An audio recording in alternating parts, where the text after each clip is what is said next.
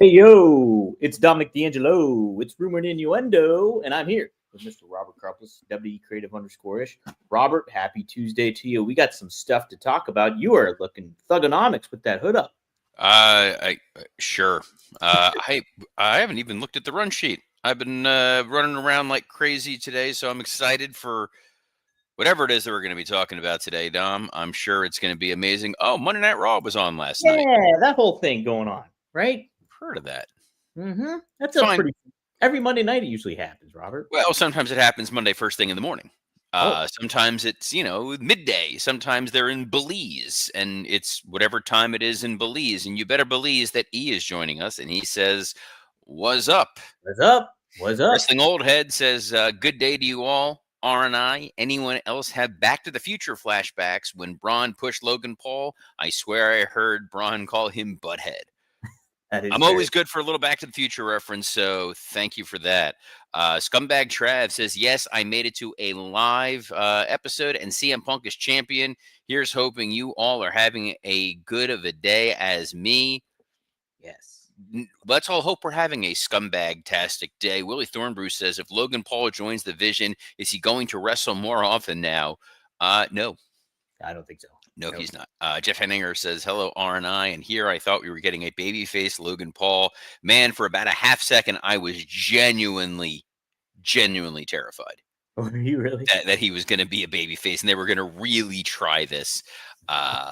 Dre Owen says, "Hello, R&I. Why is Logan Paul now with Heyman? Should that have been LA Knight?" Dre Owens is now banned Oh, in perpetuity from the show. oh my. Well, The thought of Paul Heyman with LA Knight. No. And well, Jeff Henninger says, "Why does Robert look like he's about to hack the CIA in an early 2000s movie?" Easy, because I had my hoodie up and forgot that this is a video podcast. And without it, I would have looked a little like Doc Brown. We don't you need would that. you do look like you're from like Swordfish, where like you're the hacker that gets in there and you have the smarmy comments. Well, You're the that is comment. pretty much That's pretty much you, basically. yeah. That is my my brand. Um, Dom, Yes, Robert. take us away. Oh, you want to talk about I'm waiting Raw? for you to start the flipping show. It's that kind of day. A lot of stuff going on. A lot of demands. A lot of things going on. I did. Did you post what I recorded Oh, this yes, morning? I did. And Something yeah, Sports yesterday Entertainment too. with started that at 7. Was up working starting at 5 a.m. today. Mm, Always a good time as Dom's drinking that delicious Starbucks coffee. yes, it's I may actually grab. water in here right now, though. Way to kill the gimmick. I actually may grab myself a Celsius now that I'm thinking about it. You can. While you tee things up. I can vamp. No, you don't need to vamp. You can chat. I can do two things at once. If I turn the camera gimmick off, it doesn't give that weird feeling of like I'm on a boat or something like that and everything's moving around. That's right. Well, yeah. Hey, Robert, we did have Raw last night, and I thought it was a pretty darn good show. Good follow up to Saturday night's main event. Set some intriguing things up, and but some things also kind of in certain ways felt part of the course. But overall, I thought it was an effective show and an effective Monday. We got some neat things cooking. Robert, do you feel the same or a little different? So it was a perfectly fine episode of Raw from beautiful Rio Rancho, New Mexico. Look, if you want meth, and I mean good meth, head on out to Rio Rancho. Use promo code RUMOR, and you might not get stabbed. That's right. But Heisenberg Industries. yes, Heisenberg Industries. Triple H had tweeted about Raw. He didn't bother to show up Saturday Night's Main Event, but he tweeted about Raw, and he. I feel like Theo Vaughn drinking Celsius. Let's let that be the end of any comparisons to me and Theo Vaughn. Yeah. No, it was great, man. Bring meth. I don't know. Turn him into Boomhauer for some reason. Yeah, that was Boomhauer-esque. Very Boomhauer-esque. It works anyway. Hunter had basically tweeted out like, "Hey, new world champion," and this idea of the landscape of the company is going to change after this Raw. So they were like telegraphing something. And we had talked yesterday. Right. This week has been a month. We said yesterday, hey, Punk's first challenger should be sort of a transitionally challenger, a guy that you just kind of you're feeding to Punk, ease into a story. You don't need to give away something huge because it's Survivor Series. It felt like they were teeing up LA Knight. He started rattling off people he would want to wrestle. First, he put over his wife's ass, which smart married man. That is a very smart man who wants to stay married, especially when he's hanging around all those NXT girls. But he mentions AJ Styles, he mentions Dom, he mentions Braun Breaker and Bronson Reed. Doesn't mention LA Knight, and I'm like, oh no, it's gonna be LA Knight. It's gonna be a dude who really can't wrestle and talks and acts like he's a wrestler. And I was close. Wasn't LA Knight, it was Logan Paul. It was Logan Paul indeed, Robert. And I like people were kind of against it, but I like it. I think Logan Paul's such a fantastic heel, and Punk was already playing into that aspect, like, oh, I opened my big mouth. No, go to SmackDown, all that kind of thing. And I thought that was kind of a fun dynamic. And then obviously you have Heyman, the Vision getting involved, and then the tease that Logan Paul is he actually aligning with CM Punk, and is he going to be an unlikely ally? Look, there was about a half a second where I was genuinely worried that they were going to have the hubris to say, let's make Logan Paul a babyface. You already had Hunter trying to make Donald Trump a babyface yesterday. Wait, So explain that. I'm unfamiliar with that. Hunter made comments. He was at the White House. That's why he wasn't. He was at a White House event. That's why he wasn't at Saturday Night's Main Event. And he was putting over Trump. And part of his praise of Trump made a lot of sense. It was the idea of Trump was great in the WWE because he embraced the role. He wasn't afraid to look foolish. He wasn't afraid to look like an outsized character. And he's not wrong. I was there at the time when Trump was there. It was like that guy, as a celebrity, was not afraid to play in the WWE environment. WWE is very similar to Saturday Night Live. When Yes. you're a celebrity and you're in on it and you're okay looking foolish and going all out, it's going to be better. If not, you're Jeremy Piven. Right. So from that perspective, like, all right, but the idea that Logan Paul was going to be a full-fledged babyface felt a little insane. But also, everyone was expecting a Jey Uso heel turn by the end of the night. For sure, for sure. And Robert, I gotta say, I'm always kind of like, I always like that storyline of, an unlikely bedfellow or somebody that you would not expect coming into play and making the save for you. And the Nikita Koloff, Dusty Rhodes aspect of it all, I think is cool. But yeah, I think Logan Paul, would he necessarily fit that bill? I don't know. I don't know if I would want Logan Paul to be an unlikely bedfellow, but guys, Hey, whether your bedfellow is likely or unlikely, can we talk to you about our friends at Blue Chew? Logan Paul is a dick, and he certainly entered the room dick first. Blue Chew isn't just a tablet, it's a cheat code for your crotch. Stronger, harder, longer lasting, like someone gave your downstairs a pep talk and a gym membership. Blue Chew is the original brand offering chewable tablets for better sex. Guys, this isn't just about performance. It's about establishing your legacy. And we've got a special deal for our listeners. As always, get your first month of Blue Chew free. Just use promo code RUMOR at checkout. Pay $5 for shipping. That's it. Join Blue Chew's mission to upgrade humanity one thrust at a time. Head to BlueChew.com for more details and important safety information. And we thank Blue Chew for sponsoring this episode of Rumor and Innuendo. Yeah, Robert. So not only did we have the Vision and CM Punk get mixing it up early on, but we did have an opening match, and that happened to be at the Penta. Stephanie McCoy and Nikki Bella going up against Roxanne Perez and Raquel Rodriguez. We get Perez and Rodriguez getting the win, and Nikki Bella feeling the effects of a loss afterwards. What'd you think of this, Robert, as an opener? At least they got it out of the way early. Look, towards the end of the night, Nikki Bella cut a promo that could have just been plucked straight from my brain. I don't know why I'm still here. I don't know why I bothered to come back. I am not the same that I was before. I really should not be here anymore. And I went, you know what? You're right. Who am I to argue with the great Nikki Bella? Stephanie McCoy would take exception to that because she wants Nikki to stick around. Poor Stephanie. Having to go in there and Stephanie Vicaria and praise Nikki when it was so clearly like no one bought that. No one's like, oh, you are such an inspiration. You are a great wrestler. We love you. You are the best wrestling podcast producer ever. We're so happy to see you every Monday through Friday at noon Eastern. Am I projecting a little much? Is Might there be. something going on? I don't know what you're talking about here. Huh? I'm gonna sick Ted DiBiase on you. He's gonna take out the whole D'Angelo clan. It's not going to happen. Damn you, Ted. Damn you. All right. Penta, El Grande Americano. We had a little chicanery going on, but Penta perseveres and gets the win off of Grande Americano. This was fun, and I think this was needed for Penta. He felt like a big deal. The crowd reacted to him really well. This seems like a good momentum shift for him. I don't know. Do you feel differently, Robert? Yeah, it was a good win. Clearly, we're furthering the idea that Los Grande Americanos had the numbers, and eventually we're going to partner Penta with Rusev.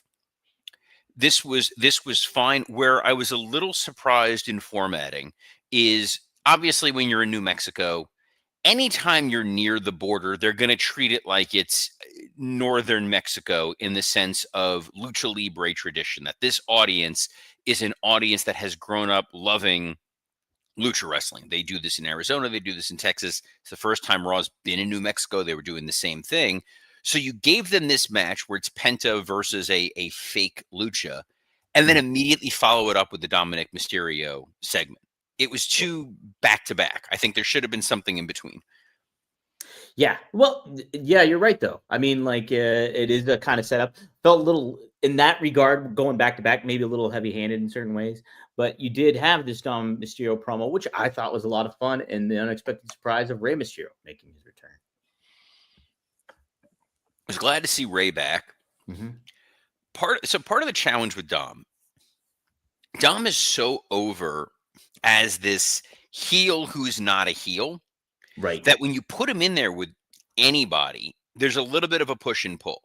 And the fact that he was in there, even with his dad, even in this big surprise moment, you needed to lean in on the chicken excrement heel that Dom Mysterio is. And he was too entertaining. The line about Eddie, and he's like, keep my father's name out your mouth. That was good. The crowd wants to cheer for Dom. Don't give them a reason. Right. And you want them 100% behind Ray. You want them all thinking, yeah, Dom, it's funny when he cheats with Rusev, or it's funny when he's, screwing around on Penta or Sheamus, but not Ray. Like, we want to see Ray get his revenge. And they kind of muddied it a little bit. I don't think as bad as maybe you're putting it out, because I think the crowd was really into it. They were saying whoop his ass and everything. Ray won him back. Ray won him back because Rey Mysterio is the ultimate baby face on like Mount Perpetually Over. Right. And I thought it was a super effective segment. It was probably my favorite segment of the night, to be honest. I think overall it was a lot of fun, I thought. But yeah, I'm intrigued. Where do you go with this, Robert? Do you line Ray up for the next title challenger for Dom, or do you take a different route and have Ray kind of be in the wings, so to speak? So they got a couple guys. So something that kind of happened later on in the show was the Finn Balor, JD McDonough stuff, where they took on AJ Styles and Dragon Lee, and Sheamus got involved. Right. And Dom was out there because he was annoyed that Judgment Day weren't there for him when he's never been there for them. Funny little bit of storytelling. But the nice thing about the components are you can go Dom Ray, makes sense. You can go Dom Sheamus because of what happened there, makes sense. You still have Dom and AJ Styles teed up. You've got 6-man tag situation that you can spring in there. You could bump it up to an 8-man tag at some point in time if you really needed to. They have so many places to pivot with this group of guys. That's how you have a robust mid card. So Dom being the Intercontinental Champion, it's fun. I think Dom versus Ray at Survivor Series is a somewhat big enough match that it can buffer the War Games matches themselves, and then you have sort of one other add-on somewhere else. And a 4-match card for Survivor Series is totally fine. Would you holster that, though? I just feel like Ray Dom is another big match that should be almost reserved for WrestleMania again. Or am I off? You got a long time between now and Mania. I know you do, but it just feels like that to me. I think you've got Ray back. Do the one-on-one match, because I don't think they can hold Dom back as a full-on heel for much longer. I think that's fair too. That's definitely fair. Speaking of Intercontinental Champions, we had Becky Lynch interrupt Joe Tessitore and Wade Barrett to make her claim against Maxine Dupree. And, Good. I don't want to hear Joe Testatore's voice ever again because I now and forever are going to associate it with that Florida Georgia game from Saturday. And as much as I loved Joe Tessitore, wow. now it's like I hear him and I just think of like, nope, he was one of the harbingers that called one of the darkest days in American history. The robbery that was absolutely a catch. Go back and watch it. I know it. Byron Saxton knows it. Sports Illustrated knows it. Becky Lynch knows it. Becky Lynch knows it now too, man. So Joe Tessitore took a heel turn. I didn't know that. He's always been a heel, Dom. You weren't paying attention. Wow. All right. Well, what'd you think of this segment here, Robert? I like it. Like Becky coming out of the crowd unannounced, rallying against Maxine Dupree. All it does is add further credibility to Maxine Dupree, which is something that the WWE desperately needs to do. And the fact that Becky wants to utilize her platform and her time as Women's Intercontinental Champion to elevate Maxine, who's been working hard. I love this. I think this is great. Maxine has been improving her game, and now it doesn't feel like a novelty storyline. It genuinely feels like she's gotten under Becky's skin. You want to see a straight up match with these two. It could take place on a Raw, and it'll feel like, hey, that's a 9 o'clock main event. That's a 10 o'clock main event, not this is an 8:30 slotted match. Right. And I think it speaks to the talent of Becky, just like, and builds her resume, and then in turn builds the people she's working with resume. So like Lyra Valkyria and Maxine Dupree. And so I think this will go into a good, if things develop well enough and everything like that, this will be a real sticking point for all those girls. So I like it, Robert. Up next, Robert, we had Bayley and Lyra Valkyria. Speaking of Lyra, going up against the Kabuki Warriors in tag team action. It is the Kabuki Warriors who get the win. Valkyria gets tapped out after an inadvertent bump onto Bayley, and we had a save by Alexa Bliss and Charlotte Flair. This compelling enough for you here, Robert? Loved it. This worked perfectly. We've been waiting for the Bayley heel turn. We still haven't gotten it. It got the Kabuki Warriors a win. Tapping to Asuka is totally fine. They had that great second week in a row video package. It just feels like an FU to Goldberg, which is super fun. You've now had Bayley and Lyra disappoint each other in losses. You set up an Alexa Charlotte Kabuki Warriors match for next week. Like a lot of stuff going on, ticking off multiple boxes in one match. It's fantastic. Speaking of next week, they did announce 2 matches for the John Cena tournament. It's Sheamus going up against Shinsuke Nakamura, and then we also have Rusev. Oh man, help me out here, Robert. Who's the other person going up? Damian Priest. Damian Priest, thank you. Did that off the top of the old brain hole. Nice job. I couldn't do it. Well, that doesn't surprise anybody that watches our show. Dom, who goes into the wrong rooms, that he set up the room. That I set up. I don't even know what room you were in yesterday. It's amazing. Yeah, me either. Just traveling. He's an interdimensional traveler. You gotta love it. What I loved was we said the John Cena tournament was going to be an opportunity for them to set up matches that we wouldn't normally get otherwise. They can be in continuity, out of continuity, play with it however you will. With Sheamus and Nakamura, Sheamus is obviously feuding with the Judgment Day. Nakamura has his issues with the My Family Tree. Right. With the Rusev Priest match, Priest has his issue with Aleister Black. Rusev has the issue with Los Grande Americanos. So plenty of opportunities if they decide for any or none of that interference. Something that I did like was the Jey Uso promo with Punk that made a little bit of sense in saying like, hey, I'm cool with you simply because you didn't cheat. You didn't take any shortcuts. Nobody interfered. There was no LA Knight, Braun Breaker, Bronson. Like, you just beat me straight up. We're cool. Yeah. And then Paul Heyman showing up later as the devil on his shoulder, which would have broken his shoulder, saying like, I see what you're doing. I know what's going on here. You guys are aligned. And then we got the swerve, bro. Swerve, bro. Swerve. We got Swerve, not Strickland. Not Principal Strickland. No, Keeping the Back to the Future going. Oh my God, yeah. Well, Robert, we also had that tag team match too, the World Championship tag team match, AJ Styles and Dragon Lee versus that Judgment Day.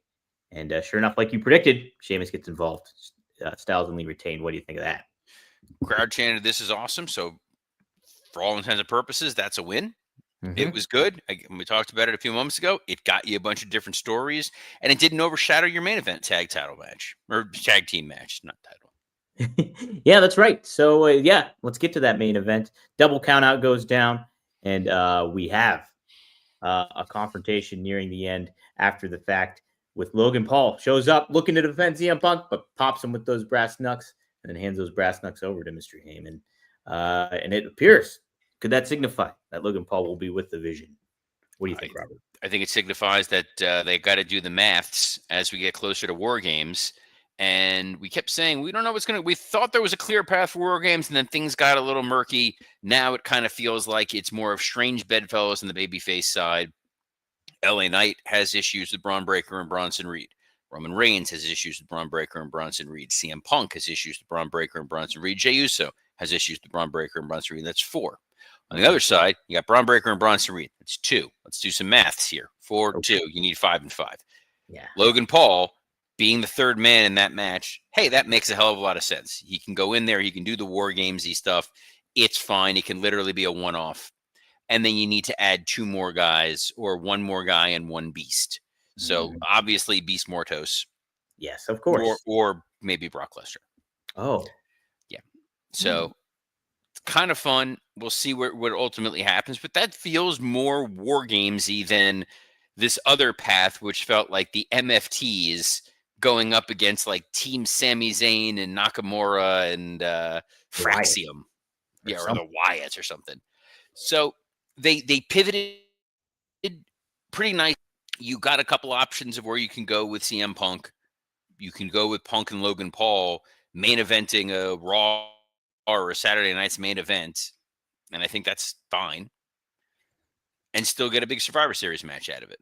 Yeah, I think that's fair. I think it's fair. I think it's a fun, kind of intriguing element to add into play. I think those two will have good promo exchanges back and forth, and you can have a lot of fun with that. So overall, I thought it was a pretty good Raw, Robert. I liked it. It was totally fine. I think the one guy that's sort of lost in the shuffle right now, coming out of Saturday Night's main event, is Cody. Yeah, Cody is a little bit, and hey, he had a little bit of an interview, Robert. He had a little bit of an interview. What does that mean? Like someone like ran up to him on the street and they were like, "Hey, I got to talk to you, Cody, about this." have you seen?" I don't know what's going on with my algorithm, but I keep getting the clips. There's this dude who has like a show on the subway in New York where he's interviewing people, and the microphone is hidden by like little Metro cards. Yes, I've seen that before too. Don't know what the deal is with this guy. It's weird. It is weird. It's He funky, just but gets people on there just doing like their like random like hot takes. right, and So it's like in here for wrestling.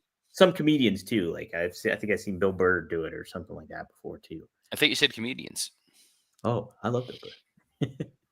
I host podcasts with comedians. So oh, that's true, right? did you forget what Scott and Dan and Mike do for a living when they're not here talking the wrestlings? I thought they were. What did Cody say during this interview? Tell me about Cody. So Cody said this about The Rock, Robert. So he says, I think Rock is on there, the Mount Rushmore wise. He came back at a very tumultuous WWE a year or so ago and decided, nope, I'm not going to deal with that. And I'm instead going to create a new character, even though I'm already one of the greatest characters ever, that being the final boss. We just scratched the surface on the final boss. There's something really incredibly special there. So Rock is on my Mount Rushmore. So obviously the big takeaway here, scratching the surface of the final boss. Does that mean there's more to come with The Rock here, Robert? It means that there was a bigger story that they were starting to tell, and then Dwayne Johnson got in the way of The Rock, and we never got to see where that story was going. It felt like this final boss character was really interesting. It was The Rock as Vince McMahon, which is so much fun. This notion, this idea of I'm on the board of TKO. I have all this power. I'm a huge star in Hollywood. I'm a multimedia mogul. I own an empire, and I can just mess with you guys whenever I want. Or I can get in the ring and kick your ass. That's fun. Yes. Didn't really get to see it truly pay off. No. That Mania absence is still pretty inexcusable. Yeah, it definitely shook things up and not in a good way, for sure. Cody had another comment here. He said, in regards to like his persona and how he might be portrayed in WWE. So this is what he had to say. I think a lot about it now because now I'm often put out there as the face of the company. And I don't know if that's accurate or not, but I think often where I'm positioned and I'm honored by that role. But I think, is he still inside referring to himself as the American Nightmare, Cody Rhodes? I know it's like a crazy thing. Is this disruptor? Is he still in there? How would he approach this? How would he feel? I try everything I can not to become a corporate version of myself, even in the most corporate settings. It could be quite easily, actually. You get everything you ever want, and then you got to find it inside. Is it still lit? Is it still on fire? What I took from that, Robert, was yeah, you don't want to be that conventional corporate face. But at the same time, too, it made me think about the storyline that's currently going on with him, too. And Cody's a smart person and kind of sees 2 steps ahead in a lot of ways. Do you think this is in reference to what he's currently doing, too? I think it's a little bit of him trying to acknowledge that what made his return so successful, made his run outside the WWE so successful, was he was an outsider. He was a disruptor. Mm-hmm. And when you're the disruptor and you become the establishment, you lose a little something. Mm-hmm. And I'm fine with him being to some extent corporate without him being the degree of corporate he was in AEW. In AEW, he was legitimately a front office executive. He was the guy who was trying to manage talent. He was the guy who was trying to worry about publicity for the organization, as well as what's best for his character without being too selfish. I Sure. think if he could have redone that stupid stipulation where he can't go after the world title, Yeah. they probably would have redone that. This version of him is, yeah, he's a little selfish in the what can I do to make sure that I get over, but it's how do I get the company over, and what do I do to make things not feel stale, that he's open to different ideas. If they come to him and say, hey, we want to turn you heel, I think he could find a path forward to making that work. But that's future Cody's problem, and our future problem will be coming back tomorrow to preview Dynamite and talk all the other exciting news and notes. I want to get a little into the listening to Something to Wrestle With, which is here on the Ad Free Shows Network, of which we are a part of. JBL was on with Conrad and talked about how he believes that Vince McMahon will have a book in the next year or two. Whoa. So that could be kind of interesting. I'd love to chat a little bit more about that with y'all tomorrow. And Dominic and I will be back at noon Eastern on plethora of platforms, including the WWE Creative _ISH X account, the at Dominic D'Angelo X account, the at SE Scoops X account, the at Podcast Heat X account, as well as on YouTube on Rumor and Innuendo, Podcast Heat, and ad-free shows. That is a lot of shilling.